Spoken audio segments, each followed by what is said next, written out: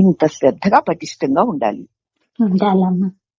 అప్పుడు పిచ్చకుడు అన్నాడు, మరి ఈ ఇంత శ్రద్ధ నాకు కలగడానికి మూలం ఏమిటి అన్నాడు. అంటే నిసర్గత్ గారు అంటున్నారు, పక్షి తన గూటికి చేరాలని ఎందుకు వేగిరపడుతుందో, చేప ఏ కొండల మధ్య సెలయేరుల్లో తాను జన్మించిందో మళ్ళీ అక్కడికే వెళ్లాలని ఎందుకు తహతహపడుతుందో, అలాగే మనిషి తన మూలస్థానానికి వెళ్ళాలి అనే ఈ స్వభావ సిద్ధమైన గుణమే గృహోన్ముక్త, వచ్చిన చోటికి వెళ్ళాలి అనేదే నీకు మూలం. ఎంత దేహాన్ని పట్టుకుని, లోకాన్ని పట్టుకుని, నేను నాది పట్టుకుని, అహంకార మమకారాలను పట్టుకుని, రాగద్వేషాలను పట్టుకుని, చచ్చిపోతానేమో అన్న భయాన్ని పట్టుకుని అల్లకల్లోల తల మధ్య ఎంత కాలం ఉంటాను? అస్సలు నేనెవరు? అసలు ఎందుకు నేను ఈ లోకంలోకి వచ్చాను, ఈ దేహంలోకి వచ్చాను? ఈ బ్రతుకెందుకు ఇలా ఉంది? ఎందుకు తిని చచ్చిపోతుంది? చచ్చిపోయాక నేనేమవుతాను అని తన్ను తాను పరిశీలించుకుంటూ దీని యొక్క అల్పత్వాన్ని, క్షణికత్వాన్ని గుర్తు ఎరిగినవాడు ఆ రోజున, గుర్తు ఎరిగిన నాడు నేను అసలు ఎవరిని, ఎక్కడికి వచ్చానని తన మూలంలోనికి వెళ్ళడానికి ఆతృతపడతాడు. ఎంత దూరం ఆకాశంలో ఎగిరినా, ఎక్కడెక్కడ తిరిగినా పక్షి వెతుక్కొని తన చెట్టు కొమ్మ మీదకే వచ్చి వాలినట్లు, చేప ఎక్కడో నది పుట్టిన చోట పుట్టి అక్కడి నుంచి కొట్టుకుని వచ్చి ఎంత దూరం వెళ్ళినా మళ్ళీ ఎదురీది తను ఎక్కడ పుట్టానో అక్కడికి వెళ్ళడానికి ప్రయత్నం చేసినట్లు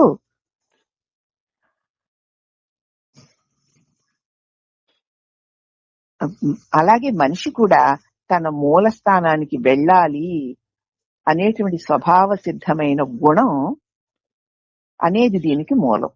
అస్సలు నేనెవరో నాకు తెలియాలి అని అనిపించాలి. ఎంత విన్నా నేనెవరో నాకు తెలియాలన్న దాని మీద ధ్యాస పెట్టడం మానేసి ఇది తెలియాలి, అది తెలియాలి, అలా తెలియాలి, ఇలా తెలియాలి, అప్పుడు ఏదో చెప్పారు, ఇప్పుడు ఏదో చెప్పారంటే నీకు అసలు దీని మీద గాఢమైన ధ్యాస పుట్టాలి.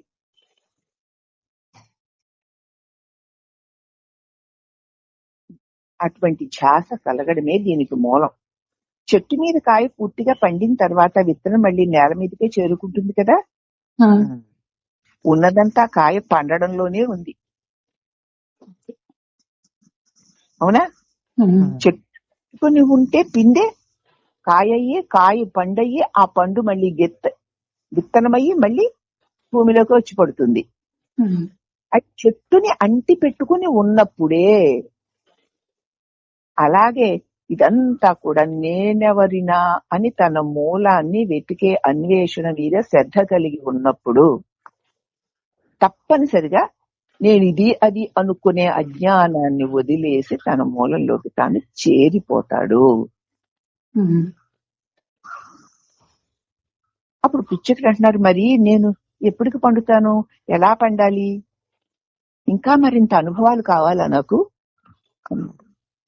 అప్పుడు మహారాజు గారు, అవసరమైనంత అనుభవం నీకు ఇప్పటికే ఉంది, లేకపోతే నువ్వు ఇక్కడికి వచ్చి ఇలా వినగలిగేవాడివా? ఎంతమంది లేరు లోకంలో, అనేక దేశాలు ఎంతమంది లేరు, అందరూ బొంబాయిలో ఉన్న వాళ్ళే నా దగ్గరకు వచ్చి ఇలా వింటున్నారా? ఎక్కడో ఉన్న నువ్వు ఇక్కడికి వచ్చి ఇలా కూర్చొని ఇలా వినగలిగి ఉండేవాడివా? అంటే దానికి అవసరమైన అర్హత ఉంది కాబట్టి నువ్వు ఇక్కడికి వచ్చావు.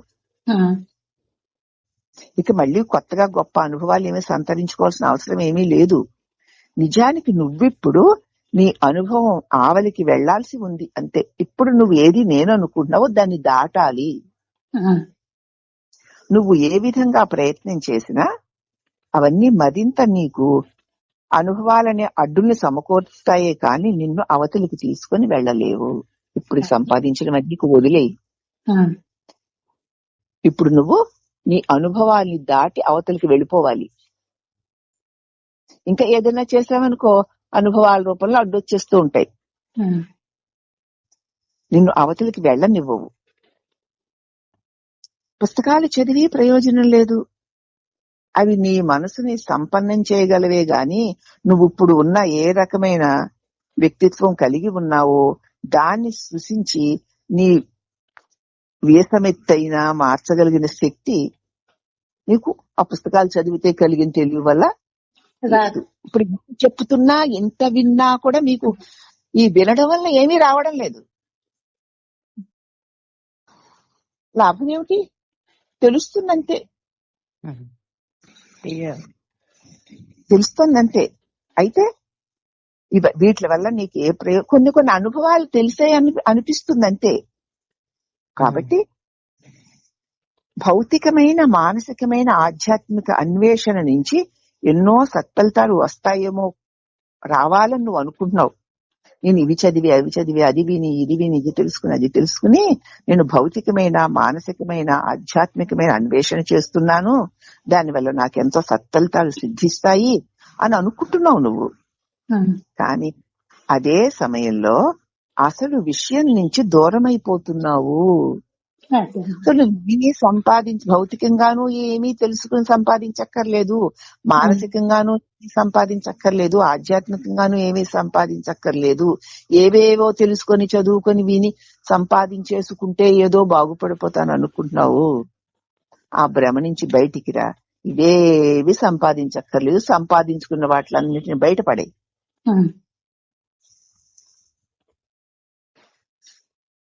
వాటి వల్లనే నువ్వు అసలు విషయానికి దూరం అయిపోతున్నావు అని గ్రహించు. సత్యం వల్ల నీకు ఎలాంటి ప్రయోజనము సత్యం, నీ స్వరూపమైన సత్యాన్ని తెలుసుకోవడం వల్ల ఏ ప్రయోజనాలు నీకు సత్యం సాధించి పెట్టదు అని తెలుసుకో. నేను సత్యాన్ని, శాశ్వతుడును అని నీకు తెలుసుకోవడం వల్ల నీకు ఏ భౌతికమైన ప్రయోజనాలు రావు, మానసికమైన ప్రయోజనాలు కూడా రావు, ఏ మహిమలు కూడా రావు. అవసరం లేదమ్మా. అది నీకే విధమైన ఔన్నత్యాన్ని, గొప్పతనాన్ని కూడా కలగ చెయ్యదు. లోకంలో గొప్ప గ్రంథం రాశారనుకో, ఆయనకి పెద్ద గౌరవము, విలువ, మరి సన్మానాలు, ఏవో బహుమానాలు ఇస్తారు, దురుదులును. అవునా? అలాగే అది గొప్ప పండితుడు అని బిరుదులు ఇస్తారు. అలాగే బాగా ధనవంతుడు, పుష్టివంతుడు, అందమైన వాడు ఉంటే వీడికి కూడా ఏదో విలువ ఇస్తారు. కానీ నీ స్వరూపమైన సత్యాన్ని నువ్వు తెలుసుకుంటే ఇటువంటి సన్మానాలు, ఈ విలువలు ఏది రావు, ఉన్నవి కూడా పోతాయి. ఎవరు నీ ఆధీనంలోకి వచ్చేస్తారు అనుకోకు. నేను సత్యాన్ని తెలుసుకుంటే ఈ విశ్వం అంతా నా ఆధీనంలో వస్తుంది అనుకుంటున్నావేమో, అలా ఏమి రాదు. లభించేదల్లా కేవలం సత్యం మాత్రమే, అసత్యం నుంచి విముక్తి మాత్రమే, పూర్ణ స్వేచ్ఛ మాత్రమే. అది చాలా అక్కడ దేనికి చిక్కుకోకుండా నిర్వికారంగా, నిర్మలంగా, శాంతంగా ఉండే స్థితి మాత్రం వస్తుంది. అప్పుడు పృచ్ఛకుడు, నేను సత్యాన్ని కనుక్కున్నాను అని నాకు ఎప్పుడు తెలుస్తుంది స్వామి?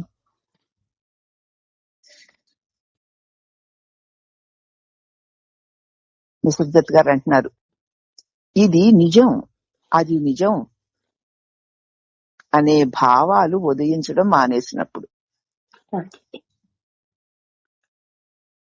నిజమనేది తన్ని తాను స్థిరంగా ప్రకటించుకోవడం జరగదు. నిజం నేను ఇలా ఉంటే నేను నిజాన్ని, అలా ఉంటే నేను నిజాన్ని అని నిజం తను తాను ప్రకటించుకోదు. అసత్యమైన అసత్యమైన దానిని చూచినప్పుడు అది అసత్యమని దాన్ని నిరాకరించడంలోనే సత్యం ఉంటుంది. నీ చేత తెలియబడే దేనినైనా సరే అసత్యమేనని ప్రతి దానిని నువ్వు నిరాకరించడంలో సత్యం ఉంటుంది తప్ప అసత్యమైన దాన్ని చూడలేని అంధత్వంలో మనసు ఉన్నంత కాలము సత్యమనే దానికోసం వెతుకులాడడం నిరర్థకం. అసత్యం అంతా మనకి తెలియబడుతున్నదంతా, మనకిప్పుడు ఉన్నదంతా సత్యమేనన్నటువంటి భ్రాంతి రూపకమైన భావనలో ఉన్నంతసేపు కూడా ఇది అసత్యము అని లేని అంధత్వంలో ఉన్నంత కాలము కూడా సత్యమనే దానికోసం వెతకడం అనవసరం. అసత్యమేదో తెలుసుకో, అసత్యాన్ని తెలుసుకోవడం సత్యం ఉంది. అసత్యంతో నిండిన మనసుని సంపూర్తిగా పరిశుభ్రం చేస్తేనే కాని సత్యం అక్కడ ఉదయించదు. అది ముఖ్యమమ్మా. ఈ దేహం నేను, దీనికి ఈ కష్టాలు, ఈ సుఖాలు, ఈ భోగాలు కావాలి, ఐశ్వర్యాలు కావాలి, వీళ్ళు నా వాళ్ళు, వీళ్ళకి వచ్చేయాలి, వాళ్ళకి వచ్చేయాలి, ఏదో ధర్మాలున్నాయి, ఏదో కర్తవ్యాలున్నాయి, అవి చెయ్యాలి, నేను కర్తని. ఈ జగత్తంతా సత్యం ఇలాగే ఉట్టి కట్టుకొని ఉంటుంది. దానికి నా కర్తవ్యం ఏదో ఉంది, నా బాధ్యత ఏదో ఉంది అనుకుని అసత్యాన్ని సత్యమని భావించి దానిలో తిరుగుతున్నంత కాలము ఎన్ని సాధనలు చేసినా నువ్వు సత్యాన్ని పొందలేవు. ఏది అసత్యమో గుర్తెరగడంలోనే సత్యం వ్యక్తమవుతుంది. అందుచేత అసత్యంతో నిండిపోయి ఉన్న నీ మనసుని సంపూర్తిగా పరిశుద్ధం చేస్తేనే గాని సత్యము ఉదయించదు. నీకు వాస్తవమే కావాలనుకుంటున్నావా? అవును అంటాం, కానీ అవాస్తవాన్ని వదలం. మరి అన్ని రకాల పూర్వరంగాల నుంచి నువ్వు విడిపడాలి. గతాన్ని పూర్తిగా వదిలేయాలి. అన్ని రకాల సంస్కృతుల నుంచి, అలవాట్ల నుంచి నువ్వు ముక్తి పొందాలి. అన్ని ఆలోచనల నుంచి, అనుభూతుల నుంచి, వాటి చెరలో నుంచి బయటపడాలి. నేను పురుషుణ్ణి, నేను స్త్రీని అని గాని, ఆఖరికి నేను మనిషిని అన్న భావాన్ని గాని ఏది ఉండనివ్వకూడదు. నేను అంటే నేనుగానే ఉండాలి. దానికి దేనిని కళలో కూడా నువ్వు తగిలించకూడదు.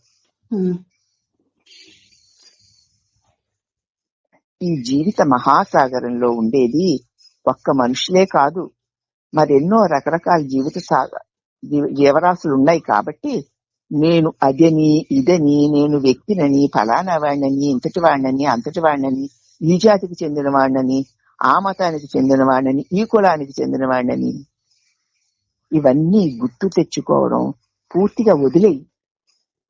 నేను అంతే. అలాగా మిగతా ఇవన్నీ తగిలింపుల బ్రతుకుల వల్లనే మనకి దరిద్రం అంతా వచ్చింది. నువ్వు వదిలేయి. నిన్ను గురించి చింత మొత్తం వదిలిపెట్టు. నీ ప్రేమను గురించి గాని, నీ శ్రేయస్సుని గురించి గాని, నీ ఆలోచనల గురించి గాని ఆలోచిస్తూ కూర్చోకు. స్థూలమైన వాంఛల గురించి గాని, సూక్ష్మమైన వాంఛల గురించి గాని, అన్ని రకాల వాంఛలు కూడా పూర్తిగా వదిలేయి. ఏది సాధించాలని అనుకోవద్దు. ఉన్న పడంగా ఇప్పుడు ఇక్కడే నువ్వు పరిపూర్ణుడు అయిపోతావు. నీకు అవసరమైంది ఏది లేదు అని నువ్వు తెలుసుకుంటావు. ఏది ఉన్నా ఏది లేకపోయినా నేను వీటి అవసరాలు లేకుండానే ఉండగలిగినటువంటి పరిపూర్ణుడను అని నువ్వు అనుభవపూర్వకంగా తెలుసుకుంటావు. వదిలేస్తే వీటిలన్నిటిని, తగిలించుకున్నటువంటి తుప్పుని, చెత్తని వదిలేస్తే. ఈ మాటలన్నింటి అర్థం నువ్వు తెలివి తక్కువగా, వ్యధి సాహసంతో అజాగ్రత్తగా, ముందు ఆలోచన లేకుండా ఉదాసీనంగా బతకమని చెప్పడం లేదు. వదిలేంటే ఎక్కడికి పోతావు? మనిషి తనని గురించి తాను అనుభవించిన మౌలిక ఆదుర్దాలన్నీ లేకుండా పోవాలని దీని అర్థం. తగిలించుకున్న ఆ మనసులో నువ్వు తగిలించుకున్న వాటిలన్నింటినీ వదిలేయని అర్థం. నీకు నీ వారికి కాస్త తిండి, బట్ట, వసతి కావాలన్నమాట నిజమే కదా. కానీ అలాంటి అవసరాల విషయంలో పేరాస లేకుండా ఉంటే చాలు. ఎక్కడికి వెళ్ళిపోతావు? నీకు నీ వారు అన్న వారికి, నీ భార్య, నీ బిడ్డలో వాళ్ళు ఉన్నారు, వాళ్ళకి ఇంత తిండి, బట్ట, ఒక గూడు అవసరం కదా. అది వదిలేయమనడం లేదు. కానీ ఇలాంటి అవసరాల విషయంలో పేరాస, ఇలా కాదు అలా ఉండాలి, అలా కాదు ఇలా ఉండాలి, ఇక్కడ ఉండాలి, అక్కడ ఉండాలి, అలా ఉండాలి, ఇంతుంటే కాదు అంత ఉండాలి, ఇలాంటి పేరాసలు వదిలివేయమని. అలా ఇంకా బ్రతకగలిగితే ఈ కాసిని అవసరాలు అంత పెద్ద సమస్యలుగా మారవు కదా. నీవు ఊహించిన విధంగా సంస్కృతులు ఉండాలి అనుకునే బదులు, నువ్వు ఊహించినట్లుగా అన్ని ఉండాలనుకునే బదులుగా ఉన్నది ఉన్నట్లుగా చూసి ఆ పరిస్థితులకు అనుగుణంగా జీవించడం నేర్చుకోవచ్చాలంతే. అంతే. శ్రద్ధాడివై బతుకు గమ్యాన్ని అవలీలగా చేరుకుంటావు. ఉమ్, ఇప్పుడు ఏది ఉందో అది, ఏది ఇవ్వబడిందో అది,